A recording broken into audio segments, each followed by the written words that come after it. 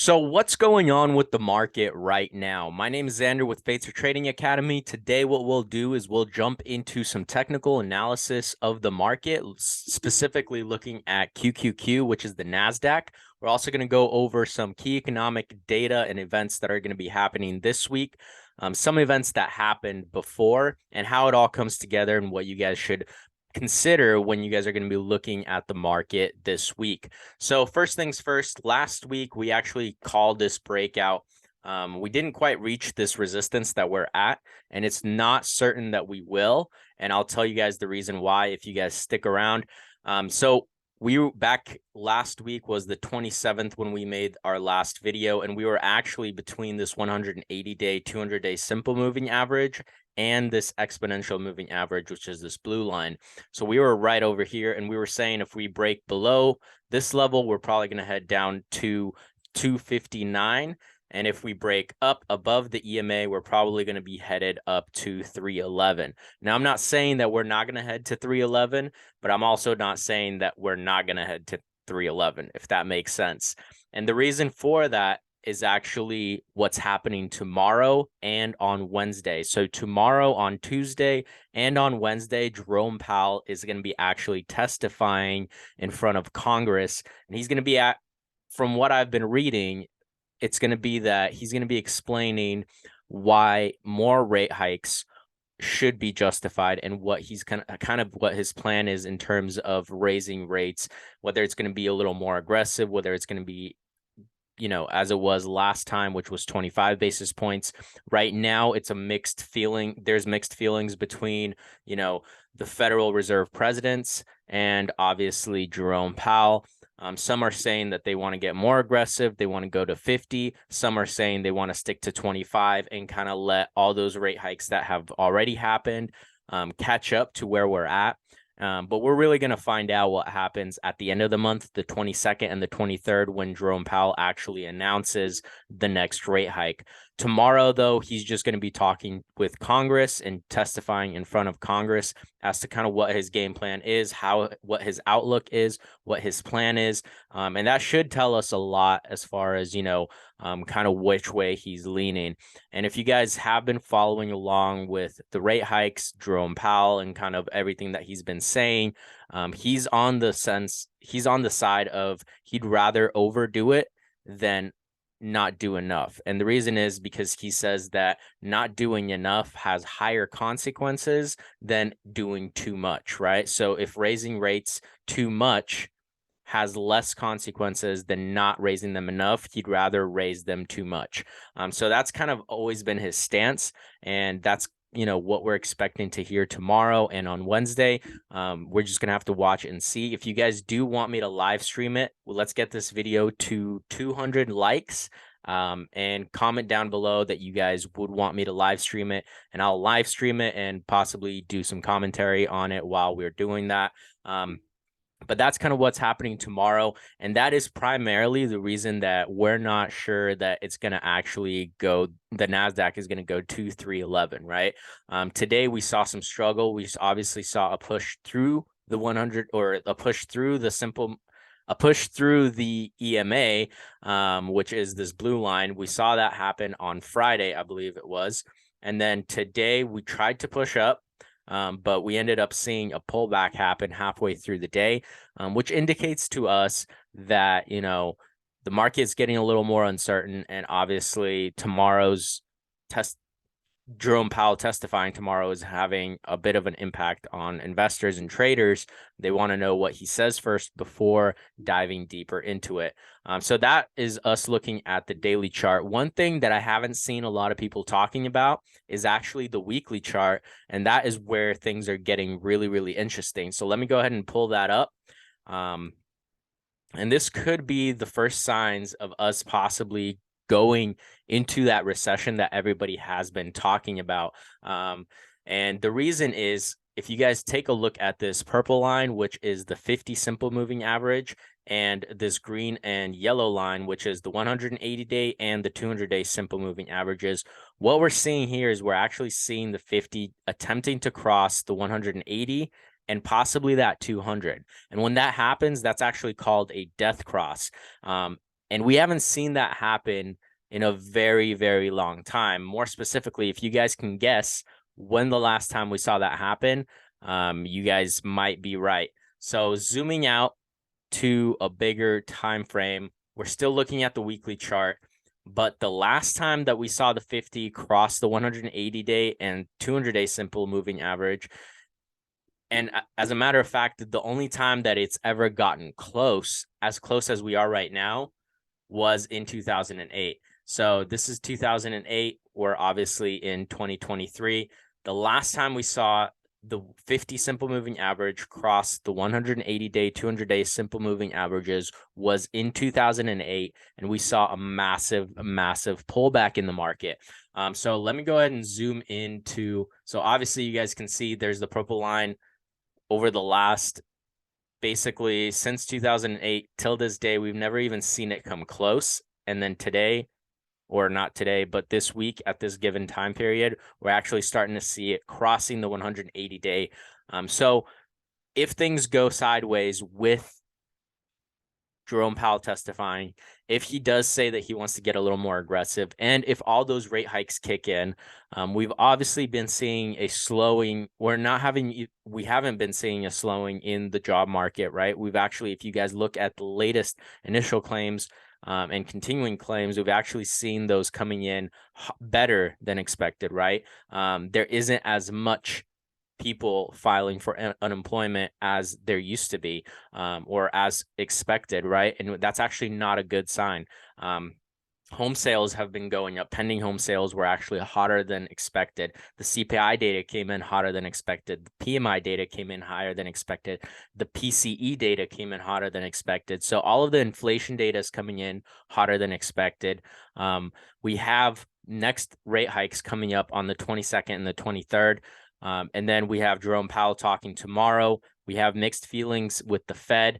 And that's all kind of adding up to the fact of, we might put in another 50 basis point rate hike here in March. And then if all those rate hikes kick in, we might actually see, I wouldn't say necessarily as intense of a repeat as 2008. Who knows, right? I don't have a magic, globe to be able to tell you that. But from what we're seeing on the charts, when we saw that 50 cross the 180-day, 200-day, we actually saw the market drop. And if you guys want to know more specifically how much the market dropped since the cross happened, once that cross happened, we actually dropped. Okay, that aligned. We dropped 44.37%, 44.37%. And that was in 2008. And we're looking at QQQ. Now, if we go to 44% from where we're at right now, and if the market does the same thing, if we see that cross happen, let's say we see this cross happen, 44% puts us at 160.11, right? And change. And that in essence puts us at this dotted line right here. And what this dotted line is actually the -1 standard deviation. This is the mean here, and this is the -1 standard deviation. And it would actually make sense for us to come down to the support, because that -1 actually acts as a support, right? Just like this 2 right here that we came up to right here, didn't quite make it all the way to the top, but that 2, that's the +2 standard deviation, acted as a resistance on the way up, came back down to the mean. We're at the mean right now, and it wouldn't be surprising to see this pull back to this -1. That would put us at that 44% that we saw last time. And I'm not saying that's going to happen tomorrow, but that's something to pay attention to on the weekly chart. And I've never seen, well, not yet, I haven't seen anybody else talking about this. And so that is something to definitely consider. And that's called the death cross, right? If we cross back to the upside, if the 50 is crossing above the 180-day, 200-day simple moving average, that's the golden cross, which indicates that the market's actually going to be doing well. If we cross to the downside, that's called the death cross, and we're actually going to be selling off, right? That's an indication of a sell-off, and that would be aligned with kind of what's going on in the fundamental side of things, right? Not just from a technical side. So this is the weekly chart. We had a look at the daily chart. The daily chart, right? We broke up above it. I'm not saying we're not going to head up to, that resistance that we were talking about going up to. We might very well see that, especially tomorrow. If if Jerome Powell isn't very clear, we might see another push up to the upside, but I anticipate this to be a resistance. If not, we get rejected here. We come back down where we're at. We come back down to the level that we were struggling to break, which is the 180-day, 200-day simple moving average on the daily chart. That puts us at 290. And then possibly if we do see some negative news, we come back down to the support at 259. And that was the previous support for a couple weeks now that we've been seeing. So I wouldn't be surprised to see that happen after tomorrow and Wednesday, especially if he does give off a little more aggressive kind of points that are going to be indicating that he might be considering 50. If he does say that, I wouldn't be surprised to see us coming down to 258 in this support right here. If I would say though, if we were to break up above, this EMA and have a lot of strength, I think there's just too much uncertainty. And if we were to see, if it was certain enough that we were heading up to this resistance level, I think we would have made it up today.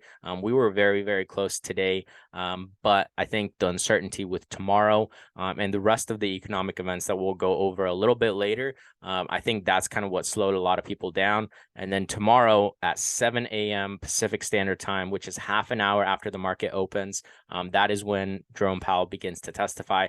And I think that's probably one of the biggest things that is worth paying attention to. Obviously, the initial claims and the continuing claims as far as jobs go, that's going to be important. We'll go over a list of all the economic data that you guys should be paying attention to. But I think him testifying is going to be probably one of the bigger impacting events that happened this week.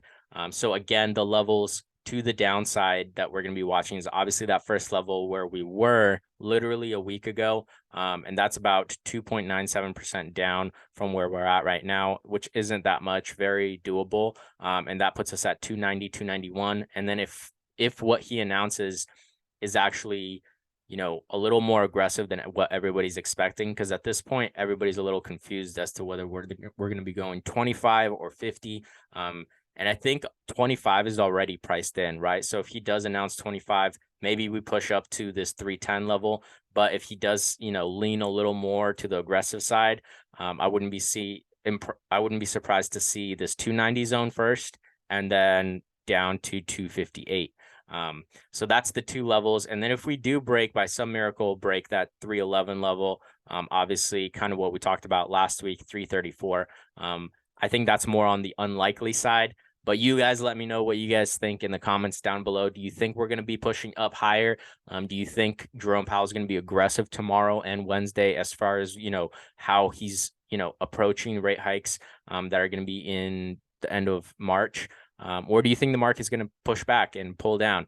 And so that's kind of the two things that I wanted to talk about. 4-hour chart. I think the closer you get on the time frames from the weekly and the daily, it gets a little more uncertain, especially with where we're at in the market right now. Very similar to kind of where we were at the same situation we were at last week. 4-hour chart, we're obviously not seeing too much. We are starting to show that we are overbought here on the relative strength index, which indicates that we might see more downside.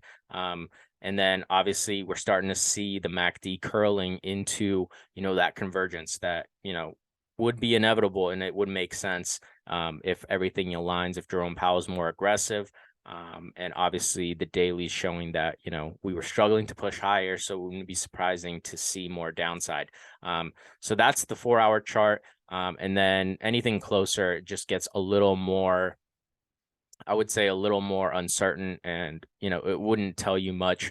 The easiest way is to really kind of look at the big picture and look at the fundamentals of what's going on. Today, we obviously saw a push up, and for no reason really, we saw a resistance up here and a push down. And I'm saying that I think it has to do a lot with the uncertainty of what's going to happen tomorrow and on Wednesday and the rest of the week in terms of economic data. So let's go ahead and jump into the economic data for this week.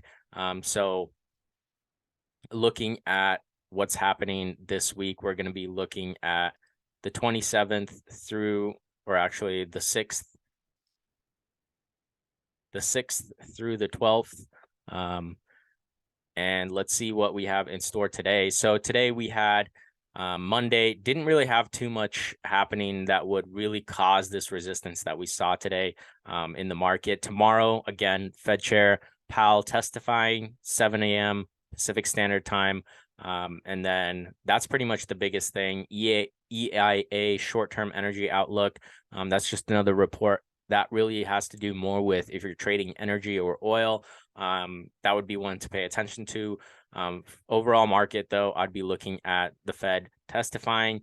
Wednesday, we're also seeing the Fed testifying again at 7 a.m. And then we have ADP non-farm employment change for the month of February coming out just before the market opens. That's going to be an important one to pay attention to. And then JOLTS job openings also happening at 7, and then at 7:30 Pacific Standard Time, crude oil inventories. Those are going to be the ones to pay attention to on Wednesday. And then Thursday, initial claims, initial jobless claims, and continuing jobless claims. Over the last 2 to 3 weeks, it's always been coming in better than expected, which again, essentially means that, if the job market is doing better than expected, inflation is obviously doing hotter than expected, which means it's doing, it's more intense, but the economy isn't reflecting it. Obviously, people are staying more employed.